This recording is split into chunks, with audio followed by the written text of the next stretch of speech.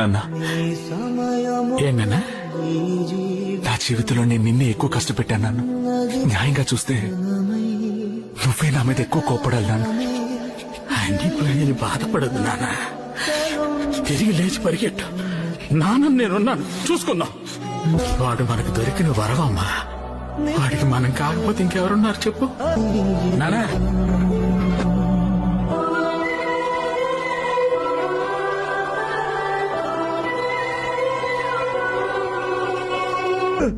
నా కడుపులో పడ్డ నువ్వు జీవితంలో దెబ్బతింటగానే అర్థం కదరా.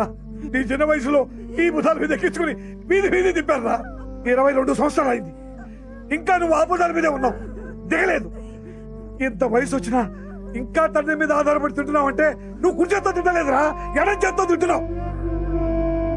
నువ్వేం మమ్మల్ని ఉద్ధరించక్కర్లా. ఈ ఇంట్లో నీకున్న పని ఏంట్రా? చదువుకోవడం తప్ప. దానికి కూడా చెప్పిగా ఉందా? నీ భవిష్యత్తు గురించి కూడా భయపడినప్పుడు నువ్వు నాకు సమంతో సమానం.